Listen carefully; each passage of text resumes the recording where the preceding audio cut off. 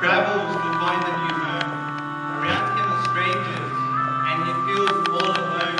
A survivor of genocide, just one of a few, 15 of them on a fishing boat that was built for just two, headed to a land of where his ancestors came from, for desperate help and asylum. Surrounded by nothing but giant waves and miles of ocean, the bit of land on his feet has become a forgotten sensation. The sun and moon pass like the waves, with all the uncounted days and the food and fresh water that he craves. The stench of blood reeking from his clothes, the last remembrance of his family that he holds. All the depressing moments is kept repeating. It was almost lunchtime when we heard all the screaming. Men in orange robes pretending to come in peace, while they murder without a cause, just like a deadly disease. The sounds of swords flashed through skin and bone. He heard women, men and children moan. Flames engulfed the village, one home at a time, while a blanket of smoke made blind to the world this crime. His father ran out carrying a pitchfork, while he peeked from behind the door. A few shots later, he saw his father on the floor. Someone grabbed him and ran while tears filled his face, hoping this was just a nightmare. A survivor who questioned himself repeatedly. Why was his life spared?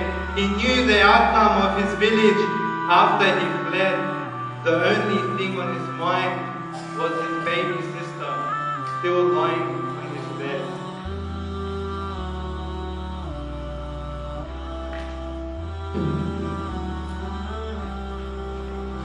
When he closed his eyes to let death take him, he hears seagulls. He opens his eyes, he sees land, and he yells, surely a Muslim country would not let him suffer any longer. The duty of every Muslim to help each other. When his boat met land, he screamed Alhamdulillah, and he prostrated in sajda. They did not go unnoticed. Coming towards them was an army officer.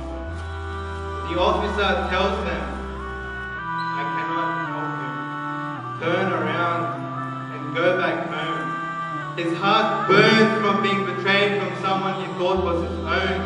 I look at his companions, told him they had no choice. They had no home and they had no voice because there was no one to listen. Their blood and tears could turn a desert to a flowing ocean. Their basic human rights had been refused. Refugees with no refuge. So I have a question for the Ummah. Where are you when your people need you?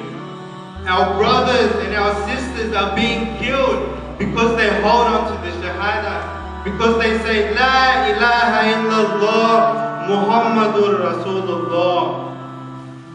The greatest man to walk this earth, peace be upon he, said none of you truly believe until you love for your brother what you love for yourself.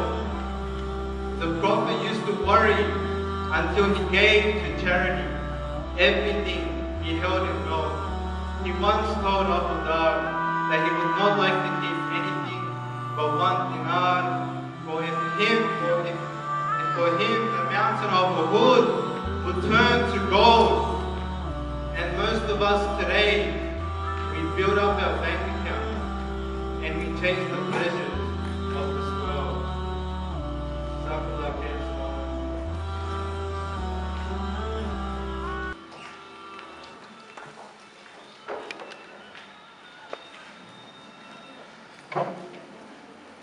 MashaAllah, speechless really after that.